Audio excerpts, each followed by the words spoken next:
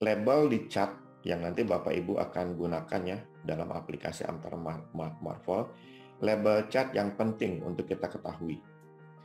Yang pertama adalah demand power dan selling pressure. Yang kedua, support dan resistance. Nah, apa itu? Nah, coba kita masuk ke chartnya. Yang namanya demand power, itu yang Bapak Ibu lihat yang dilingkari kuning di bawah sebelah kiri, itu demand power, yaitu volume yang berwarna hijau atau biru. Itu berarti kekuatan beli di market pada waktu itu yang terbaca oleh Amtar Marvel. Kemudian yang namanya selling pressure yang dilingkari kuning adalah volume yang warna pink ya, atau nanti merah kalau memang ada di chart itu. Ini menggambarkan kekuatan atau tekanan jual pada waktu itu. Dan bagaimana dengan support dan resistance? Nah, kita lihat di area candle-nya, area yang berwarna hijau dan ini ungu atau pink ya. Ya, antara ungu dengan pink deh. Yang hijau itu adalah support. Itu area support. Yang ungu ini adalah area resistance.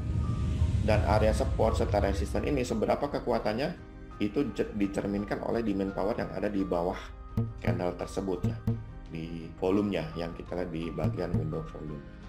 Nah, itulah label dari aplikasi Amtar Marvel chartnya yang perlu kita kenali ya, karena ini akan selalu kita gunakan untuk mencari saham-saham yang akan masuk ke dalam stock picks ya.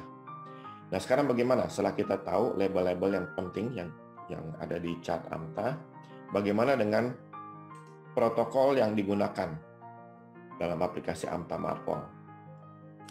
Nah, pertama, kita mencari lokasi, ada 3 lokasi penting. Pertama, volume spike, itu maksudnya ada volume yang cenderung tertinggi dibandingkan volume sekitarnya. Itu harus kita cari. Mengapa? Karena volume spike itulah yang pasti mewakili para bandar, transaksi para bandar. Kalau volume yang kecil, itu bisa bandar, bisa retail. Jadi nggak jelas. Tapi volume yang spike itu sudah pasti bandar, nggak mungkin retail. Lalu yang kedua, dari volume spike itu perlu diidentifikasi sebagai volume yang mewakili demand power atau selling pressure. Nanti di chart seperti yang di label tadi akan kita lihat warnanya itu hijau atau biru ya. Itu lokasi volume itu yang perlu kita cari nanti, yang berwarna biru dan hijau dan berwarna merah atau ungu ya. Dan yang ketiga adalah lokasi support dan resistance yang berasal dari candle yang memiliki demand power atau selling pressure tadi ya. Kita temukan, jadi setiap kali kita buka chart, temukan ketiga hal ini.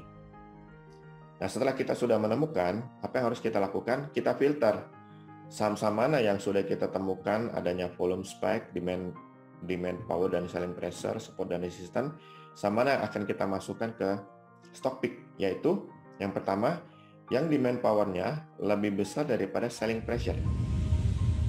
Yang kedua, yang support resistance-nya itu terdekat dengan harga. Dan yang terakhir, carilah yang trading range-nya terbesar. Tujuannya buat apa? Supaya profitnya juga gede ya. Kalau trading range-nya sempit, ya profitnya juga nanti akan kecil. Nah, yang terakhir yang kita perlu perhatikan sebagai informasi tambahan adalah indikator di atas. Ya. Ada 4 indikator. Kita cari yang indikatornya sedang bergerak naik atau sudah bergerak naik ya. Jadi sedang atau telah ya, tidak turun ya. Itu yang kita cari, itu yang lebih kita prioritaskan. Dan hindari indikator yang bergerak turun, yang merah atau yang baru saja turun ya. Kita hindari itu. Walaupun dalam beberapa situasi tertentu, kalau yang turun itu ternyata berasal dari selling pressure yang kecil sekali, itu bisa kita abaikan. Tapi nanti akan kasus per kasus kita perhatikan itu ya. Tapi idealnya adalah ini ya, cari yang indikator MMR-nya sedang atau sudah naik atau baru saja naik. Berikutnya, apa yang dimaksud dengan trading range tadi? Tadi kan tujuannya untuk mendapatkan profit yang gede. Nah, angka yang nanti Bapak Ibu lihat di aplikasi Amtar Marvel untuk trading range adalah rata-rata besarnya pergerakan harga dalam 5 hari. Nah, itu adalah trading range. Jadi kalau misalnya trading range menunjukkan angka 20%, maka itu maksudnya rata-rata pergerakan harga dalam 5 hari itu 20% entah bergerak naik ataupun turun. Itu yang bisa kita perhatikan untuk pencarian saham. Oke, nah sekarang kita sudah tahu ya hal-hal penting yang harus kita perhatikan. Nah, apakah sudah terlihat? Kolom kiri itu adalah protokol yang akan kita selalu gunakannya dalam pencarian saham. Nah, di tengah itu chartnya dan sebelah kanan itu saya. Oke, sekarang kita akan mulai protokol ini untuk bisa mendapatkan saham-saham yang bisa memberikan profit. Kita gunakan Explorer. Kita kan mau pilih saham-saham yang profitnya relatif lebih besar kan. Jadi kita cari saham-saham yang lagi uptrend ya. Explorer ini kan Explorer ada macam-macam, ada buy, downtrend, uptrend, entry, exit dan seterusnya. Kita cari yang uptrend itu untuk pasti-pasti aja. Kalau lagi uptrend kan cenderung lebih mudah untuk bergerak naik. Dan kita lakukan explore.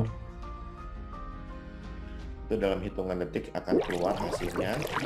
Nah, karena kita mau memilih hanya saham-saham yang memberikan profit terbesar, kita jangan short berdasarkan kode saham ya.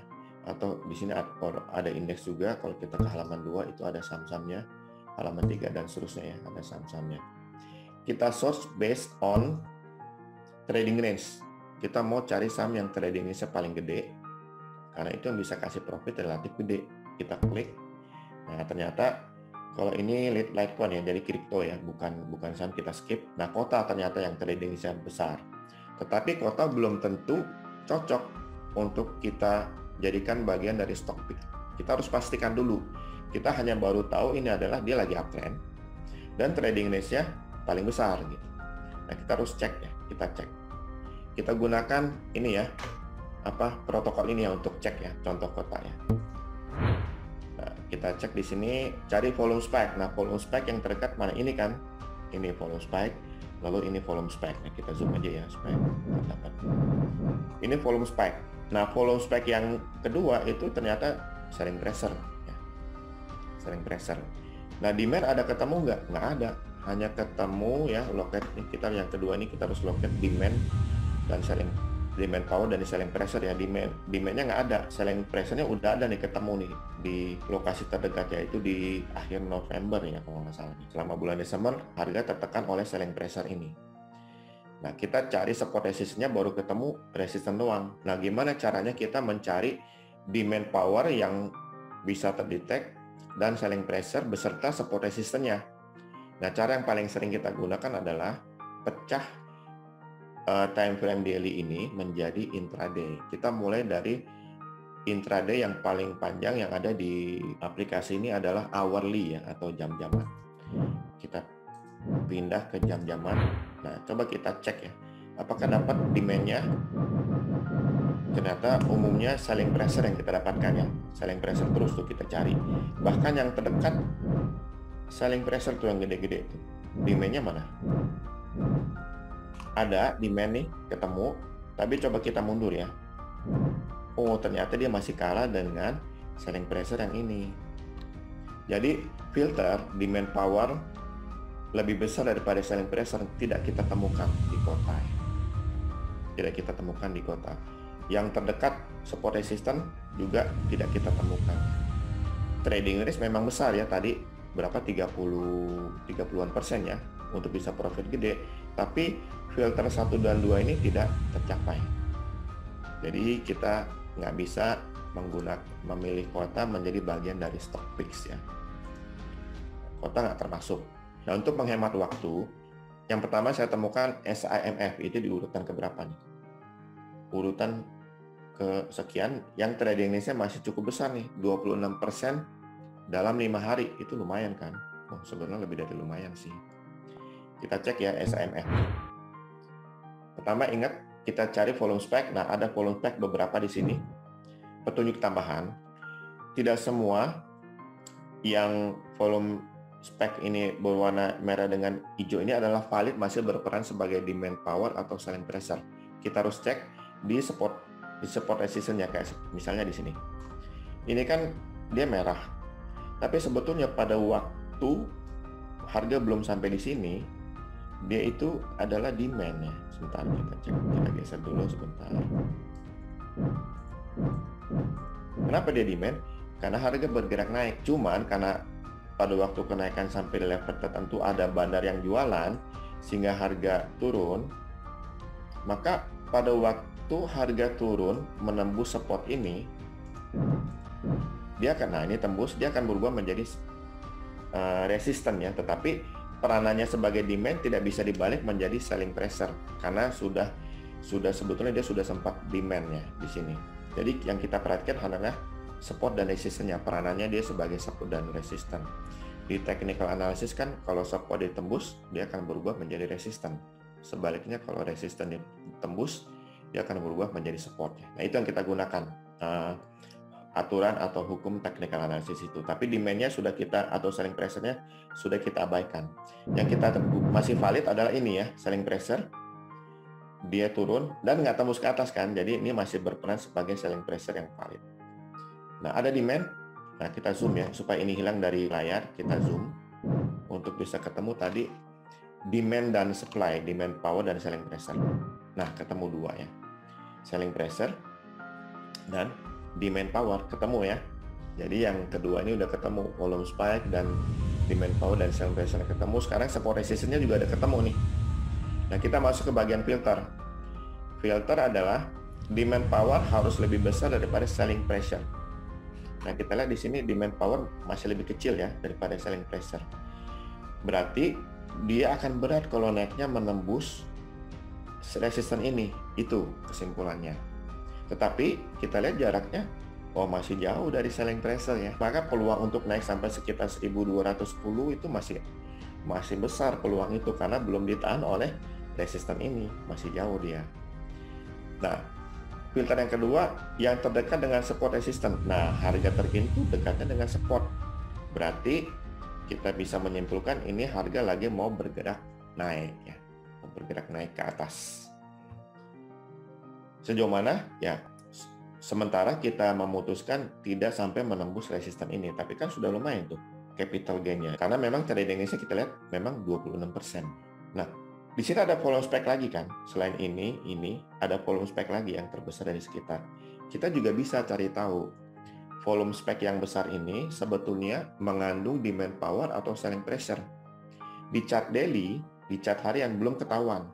Tapi seringkali kita bisa tahu kalau kita pecah menjadi intraday. Nah, coba kita cek apakah SAMF kalau kita pecah bisa kasih tahu yang belum ketahuan di chart daily, apakah sudah bisa ketahuan di intraday. Nah, kita coba pecah menjadi hourly.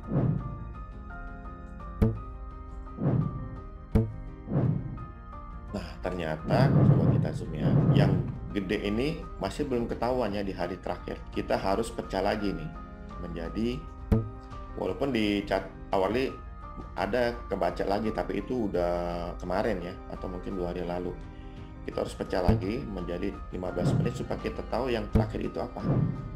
Tanggal 30. Kita zoom lagi. Iya, ternyata benar tanggal 30 tertangkap itu adalah demand ya. Jadi kita bisa yakin bahwa dalam chart daily yang volume spike ini itu sebetulnya demand. Cuman karena kita buka di chart daily belum ketangkap.